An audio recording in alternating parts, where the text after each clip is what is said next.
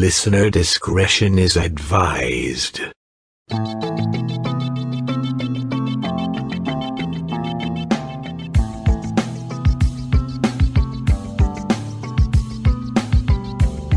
True crime can be strangely fascinating.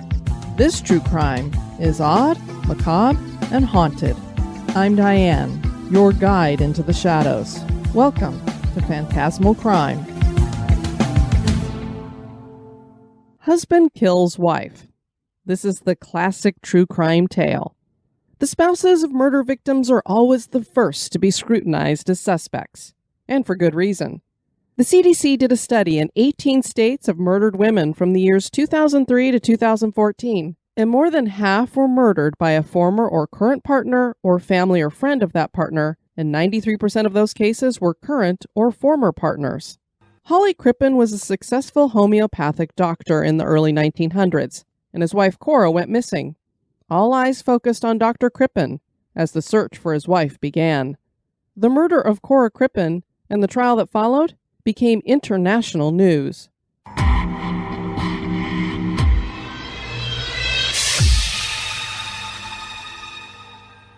The Chamber of Horrors closed in April of 2016 at Madame Tussauds in London. Part of that exhibit was a wax figure of Dr. Hawley Harvey Crippen. Hawley Crippen was born in Coldwater, Michigan in September of 1862. He was a short man, standing only 5'3", and had what were described as very unusually buggy eyes. Crippen decided to pursue medicine and started at the Michigan School of Homeopathic Medicine, and then moved to the Cleveland Homeopathic Medical College, from which he graduated in 1884. He married a woman named Charlotte in 1887, and they had a son they named Holly Otto. Charlotte died of a stroke in 1892 when Otto was only 2 years old. Dr. Crippen had no desire to raise a child on his own, so he passed his son off to his parents who lived in California. He had started a homeopathic practice in New York, and he poured himself into his work. The future Cora Crippen was born Kudagundi Makamotsky to a Russian-Polish father and German mother in Brooklyn in 1873. She was a very domineering woman, described as promiscuous and someone who enjoyed partying. Cora had aspirations of being an opera singer, although she had no talent for singing. She took on the stage name Belle Elmore, but in her regular life went by the name Corinne Turner, or Cora for short. She left home at 16 to pursue her performing dreams, and met Dr. Hawley Crippen when she was 19 years old. In 1894, the couple got married, with Cora believing that her very reserved husband would make a lot of money since he was a doctor. And besides, being tied down made no difference to her when it came to pursuing other men. She liked to flirt, and she took on several lovers. The same year the couple married, Dr. Crippen went to work for Dr. Munyon's, which was a homeopathic pharmaceutical company.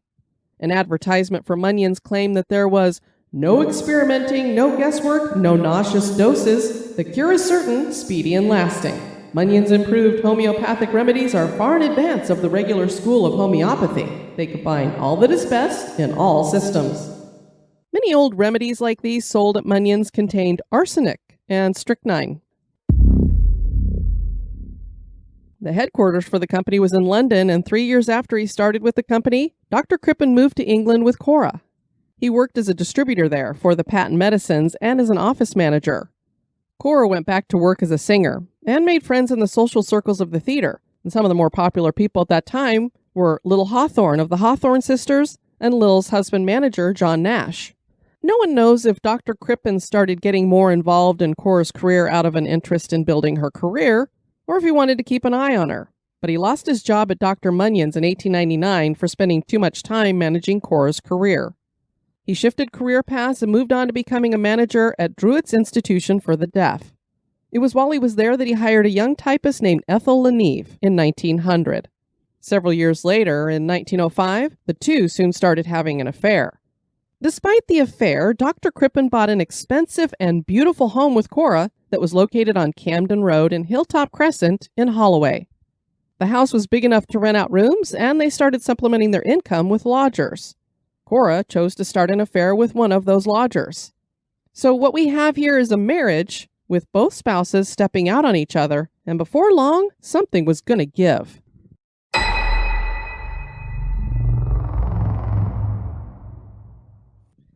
On January 31st, 1910, Cora and Dr. Crippen hosted a party at their home.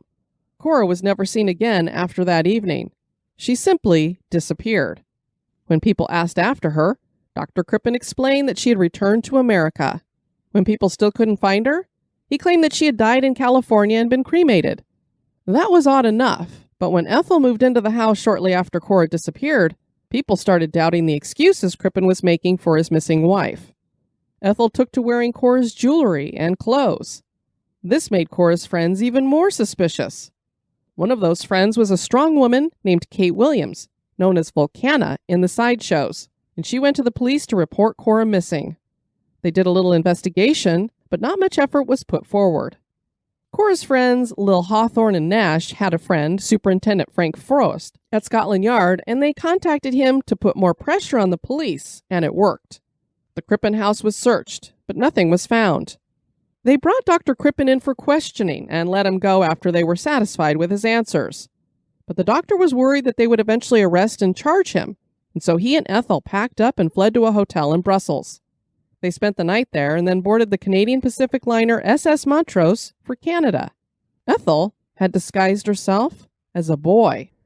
Dr. Crippen miscalculated. His flight sparked the suspicion of Scotland Yard, and they did 3 more searches at the house. On the final search, they found the remains of a human body buried under the brick floor of the basement. It was only a torso. The arms, legs, and head were never found. Traces of the anti-nausea drug scopolamine were in the remains.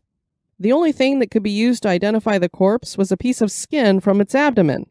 The Gazette's report on the crime stated, "Hilldrop Crescent is a quiet suburban place, although in the inner ring of the metropolis, and reasoning specifically, it would be the last spot one would have dreamt of for the scene of a sordid murder. Here it was in this unlikely quarter that the corpse of a beautiful woman was dug up. Here it was that detectives silently came and went. Here came eminent professors and official photographers, and here came a coffin to bear ways, a woman's mangled remains." Bulletins were put out that featured the faces of Crippen and Ethel. The captain of the ship, Henry George Kendall, recognized the fugitives, and he had his telegraphist, Lawrence Ernest Hughes, send a wireless telegram to the British authorities. It was the first transmission of its kind and read, "Have strong suspicions that Crippen, London cellar murderer, and accomplice are among saloon passengers. Mustache taken off, growing beard. Accomplice dressed as boy. Manner and build undoubtedly a girl." Chief Inspector Dew boarded a faster White Star liner named the SS Laurentic, and it arrived in Quebec ahead of Dr. Crippen. Since Canada was ruled by Britain, Dew was able to arrest Dr. Crippen and take him back to England without an extradition proceeding. The doctor and Ethel were tried separately in London, and Ethel was acquitted as an accessory to the murder of Cora because there was not enough evidence. The same was true for Dr. Crippen. There was no evidence that he had killed Cora, and identifying a body in the early 1900s based on skin was rather dubious. The trial was a strange one and started on October 18, 1910 at Old Bailey. Several pathologists testified for the prosecution, and they could not identify the remains. They couldn't even tell the court whether they belonged to a male or female. The skin piece they used for evidence had a scar on it that they claimed matched a scar Cora had. They also found the scopolamine in the body and found evidence that Dr. Crippen had bought some prior to Cora's disappearance. One key piece of evidence were curlers with bleached hair that was similar to Cora's hair, and they were found with the remains. Crippen's defense argued that the remains had been in the house before the Crippens moved in, and maintained the doctor's claim that Cora had run away to America.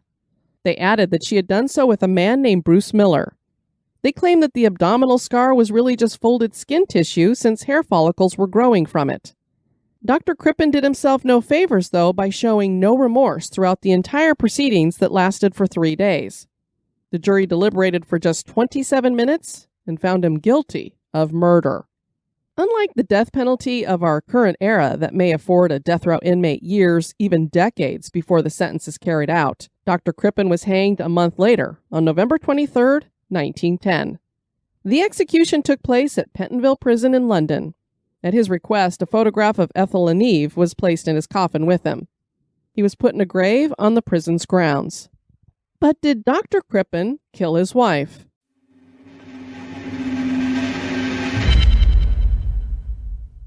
There are many who claim that Dr. Crippen did not murder his wife, and doubts remain today. Scotland Yard was under intense pressure and scrutiny to find Cora and get her justice. Is it possible that they planted a torso when they were unable to find Cora's body? In 2007, DNA evidence questioned the identification of the body found in the cellar of the Crippen's house. Michigan State University forensic scientist David Ferran claimed that mitochondrial DNA evidence showed that the remains found beneath the cellar floor were not from Cora, based on DNA from 3 matrilineal relatives of Cora. Another study of the remains claimed the DNA belonged to a male. The novelist Raymond Chandler said of the case that it seemed unbelievable that Dr. Crippen would manage to make Cora's limbs and head disappear, but keep the torso under the cellar floor of his home.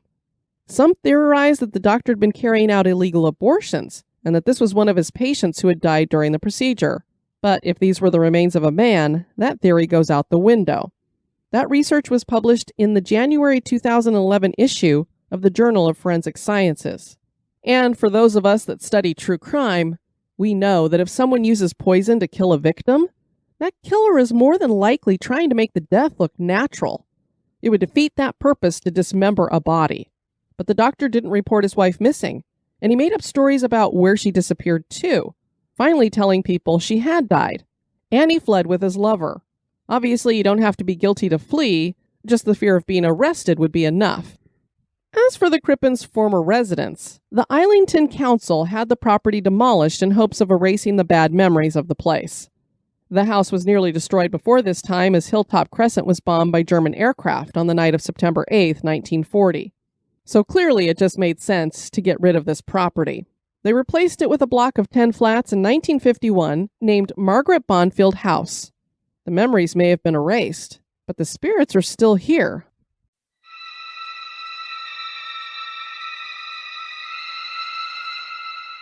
Residents of Margaret Bonfield House claim to be plagued by haunting activity. 71-year-old resident Ann Heathfield said of the haunting, "It's quite frightening. Some people hear noises in the night, sometimes seeing shapes in the room and all that. You ask anyone around here, they'll tell you. It's not as bad as it used to be. Years ago, it was terrible." She had lived there for a long time and used to share her home with her mother. She continued, "In her day, we heard a lot more. She was in the Gazette about it many years ago. It's creepy. When my mom moved in here, I came and helped her sort everything out. While we were doing it, we saw a shadow move past the front room window. It was wearing a black hat and had a cape, really old-fashioned. We ran out, but no one was there. It was awful. Just the other week, I was in bed when I heard this knock, knock, knock at the window. It wasn't at the bedroom window. It was somewhere else in the house.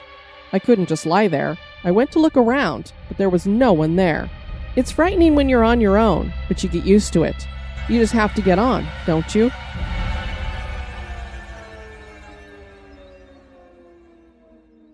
People have claimed to see the spirit of Dr. Crippen reenacting the disposal of his wife's body at Hilltop Crescent. This figure is dressed in Edwardian clothing and has been described as shadowy and bringing an intense sensation of cold. Other times, the apparition is described as having a drooping mustache and carrying a large, bulky parcel under its arm. But are all these haunted events committed by Dr. Crippen's spirit? Or is it possible that Cora's ghost is active here as well? Some claim to see her headless apparition walking in the area.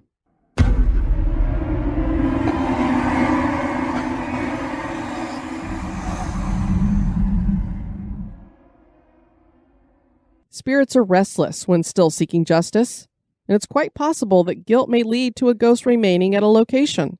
Sometimes a scene is locked into the landscape, and so seeing the reenactment of a crime could just be something residual.